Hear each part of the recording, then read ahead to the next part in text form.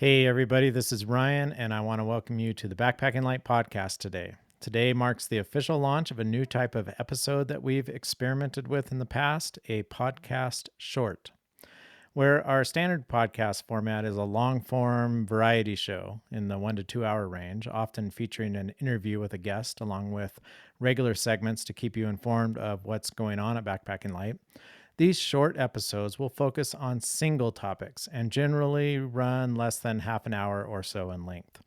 You'll see these shorts in your normal podcast feed in addition to our standard episodes, and you can continue to expect one standard episode a month in addition to 1 or 2 shorts each month. In these short episodes, we'll feature focused discussions about philosophy or gear or skills, or we'll use them for storytelling. And that's where we're going to kick off today's short with a story. Andrew Marshall is Backpacking Light's managing editor and podcast producer, and I've invited him to tell the story of his recent trek in the Appalachian Mountains of North Carolina. Here's Andrew Marshall with a story called Salamander Song. Enjoy. There are salamanders in the Great Smoky Mountains that breathe entirely through their skin. I think this is a wonderful fact. It makes me deeply happy that the grinding, unstoppable force of evolution came up with both gills and lungs, but still wanted a weird little side project like skin breathing. Evolution, it should be said, is only slightly less prolific than Dolly Parton, another child of the Smokies. Dolly is currently enjoying something like her 1,000th career resurgence. Would that salamanders were so durable. Parton grew up in a little town called Pigeon Forge in the shadow of Pigeon Mountain where, as it turns out, there's a species of salamander that lives just on that one hillside. So maybe there's just something about the Smokies that encourages creative mastery, be it by singer-songwriters or science in action. I grew up in the general vicinity of the southern Appalachians, but unlike the Pigeon Mountain salamander, I have lived in many places. Currently I live in California, where a well-chosen curse word and a light breeze can start a fire that chars half the state. It was the smoke from these fires that canceled a long-planned trip on the Wonderland Trail, a famously beautiful loop route around the base of Mount Rainier in Washington state. In the days leading up to the trip, my hiking partner Nick and I had been keeping a close eye on the air pollution levels in the Pacific Northwest, hoping that the right combination of wind and rain would send the smoke billowing in a different direction. Wonderland Trail permits are awarded by lottery, and the self-supported loop-style trip was the perfect COVID-19 safe itinerary. We were loath to cancel our plans, but conditions continued to worsen, and with 3 days until our prospective start, we pulled the plug. With only 72 hours to find another 100-mile loop route in a non-on-fire part of the country, we drew a more or less random circle around the Great Smoky Mountain National Park and applied for permits. The park made an ideal Plan B, with something like 900 miles of trails available to choose from. I also happened to have an unavoidable family commitment back east at around the same time, so I was forced to brave the airports one way or the other. On the Wonderland Trail, you can cache food, meaning you don't have to carry so much at a time. We'd have no such luck in the Smokies, so we started chucking luxury items out of our packs to make room for 4 more days of victuals. 48 hours later, we were in the park. I felt my sinuses begin to rehydrate about 5 minutes after crossing the park boundary. I breathed deeply as we walked, relishing the smoke-free air. We had a short day heading east along Fontana Lake and made camp with plenty of daylight to spare. We fell asleep to the sound of cicadas and frogs waging a sonic war in the canopy around us. It's the sound I most deeply associate with my childhood. Between that and the assurance that, for the first time in 3 months, I wasn't in immediate danger of evacuating in advance of a wildfire, I slept better than I had in a long, long time. A few hours later, it started to rain. Water falling from the sky. Moisture in the air. What a concept. We spent our second day hiking along Lakeshore Trail, still headed east, and more or less hugging the shores of Fontana Lake. We'd woken to a gentle drizzle and made breakfast under the DCF tarp we'd tossed into my pack at the last minute. It would be the first of the roughly 6,000 times we'd eat under it in the 7 days to follow. Lakeshore Trail is part of the Benton-McKay Trail system, a medium-distance trail that winds from the western side of North Carolina to Springer Mountain in North Georgia. It was going to be my hiking project for March of 2020. In fact, the weekend that COVID-19 went from somewhat concerning to a national emergency was the weekend I was going to fly east to begin hiking. a familiar story to anyone who's had hiking plans disrupted in 2020. How weird to find myself on this trail, if only for a few days, 6 months later. As the managing editor of Backpacking Light, I come into contact with a lot of elite hiking athletes. I am most assuredly not an elite hiking athlete, but interviewing the likes of Jeff Garmire multiple times puts unhealthy FKT-related thoughts into my Type A brain. As we squelched along the Benton McKay Trail, I began to daydream about setting an FKT on it. After I returned home, I looked up the current record. I'd have to run it and average 55-plus mile days. So never mind. We finally left the lake and turned northeast to climb into the mountains proper by the afternoon of day 3. When I'd crawled out of my tent at 6 a.m. that morning, I'd been greeted by several crawdads scampering around outside my vestibule. You know you're hiking in a temperate rainforest when the freshwater crustaceans come out to play on what is ostensibly dry land. We ate lunch on a narrow ridgeline with no room for the tarp. Rain splashed spicy ramen juice into my eyes. Our day contained no less than 12 rain-swollen fords. I was, unapologetically, having a blast. The rain petered out by the afternoon, but the trees, ferns, and vines continued to splash us every time a light breeze kicked up through the poplars, beeches, and birches. We ate dinner by headlamp. I set my mug down in the damp soil and turned away for a moment. When I picked it back up moments later, it had sprouted a salamander as if by magic. Her eyes blazed in the reflected light from my headlamp. I gently scooched her away with damp, muddy fingers. The southern Appalachians are an incredibly biodiverse ecosystem. The general scientific consensus is that the Ice Age glaciers pushed a variety of species further and further south, and all those species just hung around after the glaciers retreated. It's a particularly good spot for salamanders, as I noted earlier. There are more unique species of salamanders in the southern Appalachians than anywhere in the world, including the hellbender, an amazing specimen that can reach up to 2 feet long and weighs more than a large kitten. Only 2 species of Asian salamanders are larger. Hellbenders have picked up a few colloquial names over the centuries, my favorite being the snot dragon. In the cold, damp, late fall air, our noses ran constantly. We took to saying, "All hail the snot dragon," every time we sent a snot rocket flying into the surrounding mountain laurel.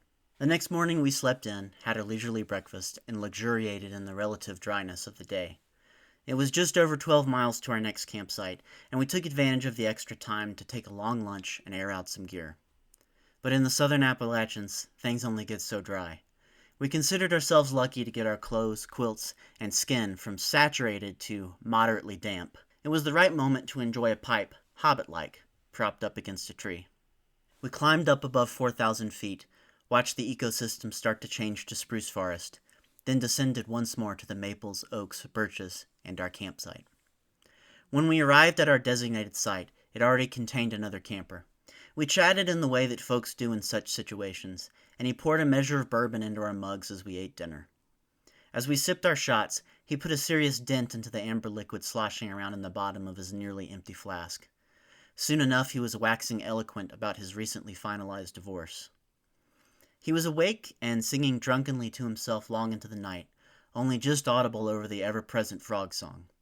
I couldn't make out the words, but the tune sounded improbably like a sea shanty. A 22-mile day took us over Clingman's Dome the next morning. It was the second time I'd been there. The first was on my through hike of the Appalachian Trail in 2012. That's the year Superstorm Sandy came through and dumped 3 feet of snow into the Smokies in early October, just as I was passing through wearing chacos and a kilt, possessing no insulating body fat, and carrying a 40-degree quilt in my pack. Now, as it was then, the overlook was socked in with fog and mist, a complete whiteout. I took a photo comprised entirely of white fog, and later sent it to my dad with the caption, "Classic Smoky Mountain Vista." He appreciated it. He had roamed the Smokies with his father back in the early 70s. The Appalachian Trail above 6,000 feet on the dome is mystical, cloud-shrouded, and holy, the home of the white bear in Cherokee history. Stand around long enough and you're sure to grow some moss in your beard. The mountain's real name is Kauai, or Mulberry Place in Cherokee. Under the United States' stewardship, the Fraser firs and giant hemlocks that tower above the unique ecosystem are crashing to the ground, the victims of invasive insects and blight. The great chestnuts of the lower elevations have been gone for years.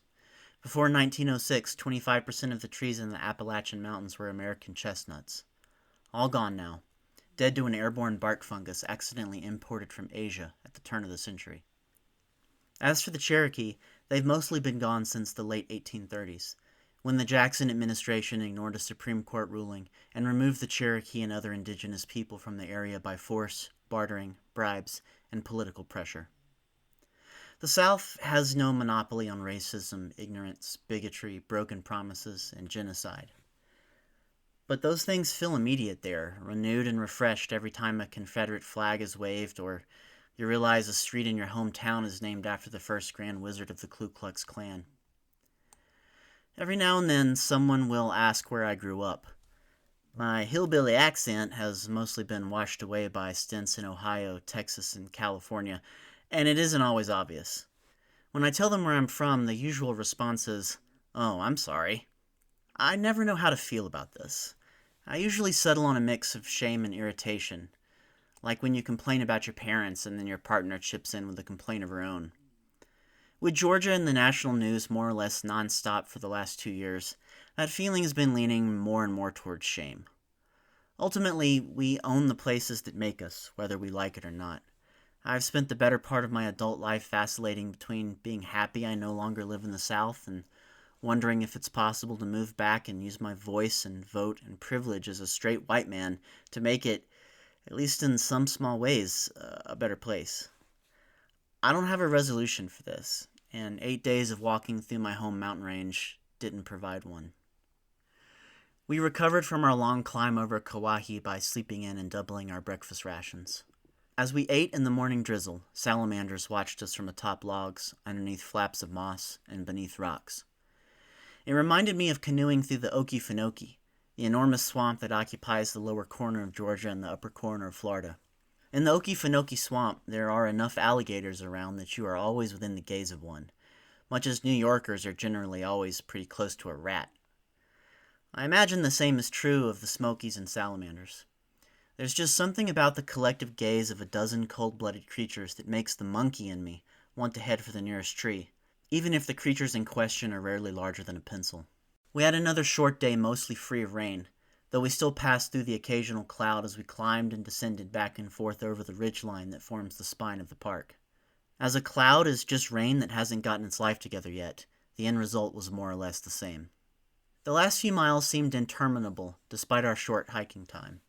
Ahead of me, I could hear Nick mumbling to himself. We go up, we go down, we cross a stream. We go up, we go down, we cross a stream. We go up, we go down, we cross a stream. It's the kind of trekking that can and has driven East Coast hikers quietly insane. My quasi-zen comments about walking being the point of walking didn't seem to help, but that's to be expected on empty stomachs and wet feet. We set up our tarp quickly and shoveled down some tepid food. Thunder echoed over the ridges and hollows, and an opaque sheet of rain quickly followed. We heard it barreling through the forest towards us, a steam train with no engine, just a rushing tide of mist condensing inevitably into rain. Water doing what it does, being inevitable. We dove into our shelters just as it hit. The atmosphere in my tent was only 0.005% drier than the air outside. I spared a moment of pity for my downed quilt as the force of the falling rain sent condensation splashing all around me.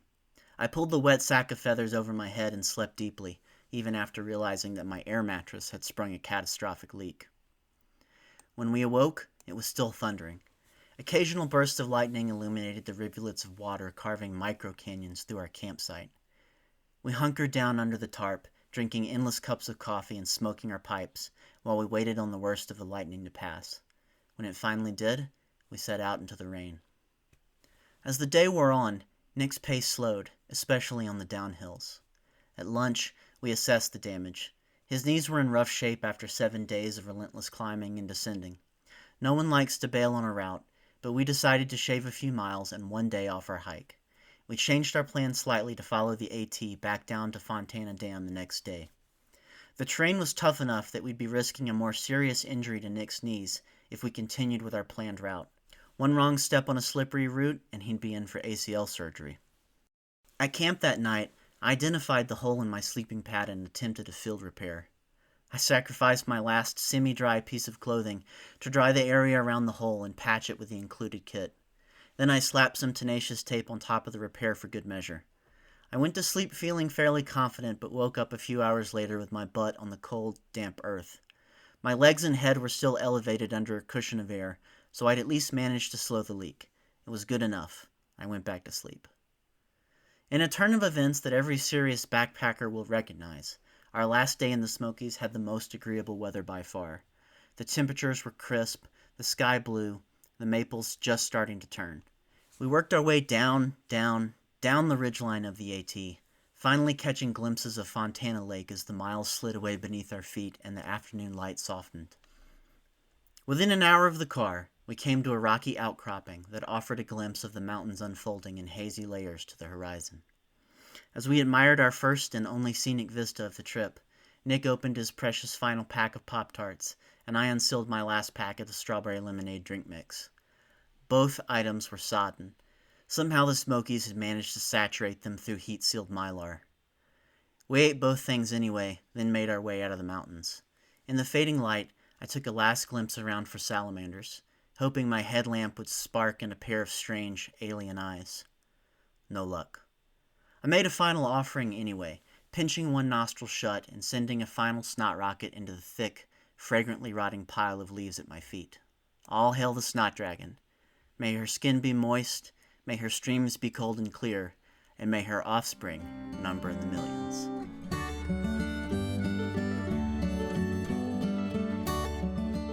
If you'd like to see some of Andrew's beautiful photography from this trek, as well as some of his incredible watercolor paintings of the salamanders that were inspired by his experience in North Carolina, check out the written version of his story, Salamander Song. We'll link to that in the show notes. If you enjoyed this episode, please leave us a review and tell us what you think. We read every single review, and your reviews help other listeners discover our podcast when they are trying to find podcasts about the outdoors. Hopefully you enjoyed the experience of not having this podcast be interrupted by advertisements for mattresses or website hosting or supplements that promise to cure your ailments. You can help us keep this podcast advertising free by joining our incredible community. Become a member right now at backpackandlight.com/subscribe. This is Ryan Jordan. Thank you for joining us today. Happy trails, everybody. So I shoulder my backpack, walk away from the car.